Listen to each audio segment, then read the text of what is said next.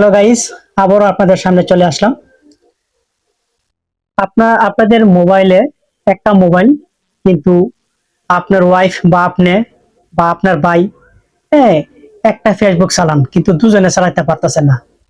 তো কি করবেন? একটা সেটের মধ্যে দুইটা অ্যাপ কিভাবে ইনস্টল করবেন, ঠিক আছে? কথা না বলে চলে যাই আমরা সিটিং এ।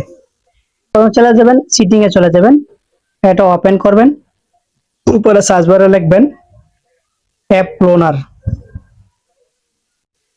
অ্যাপ ক্লোনার লিখে অ্যাপ ক্লোনার চলে আসছে।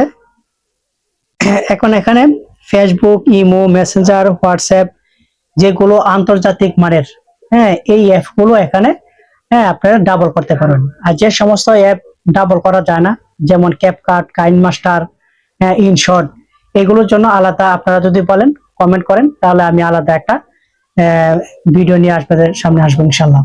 ঠিক আছে? তাহলে এই এই এই অ্যাপগুলো যদি আপনি যদি ধরেন, মনে করেন এই ফেসবুকটা যদি আপনি এখানে অন করেন, ক্লিক করেন, তারপরে এখানে একটা অপশন আছে, এখানে এটা টগল বাটনটা অন করে দিবেন।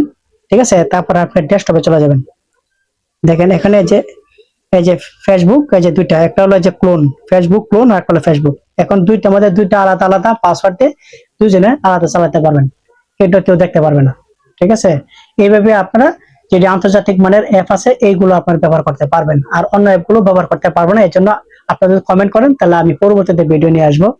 ঠিক আছে? যদি ভিডিওটি ভালো লাগে অবশ্যই লাইক কমেন্ট দিবেন, সাবস্ক্রাইব করে পাশে থাকবেন।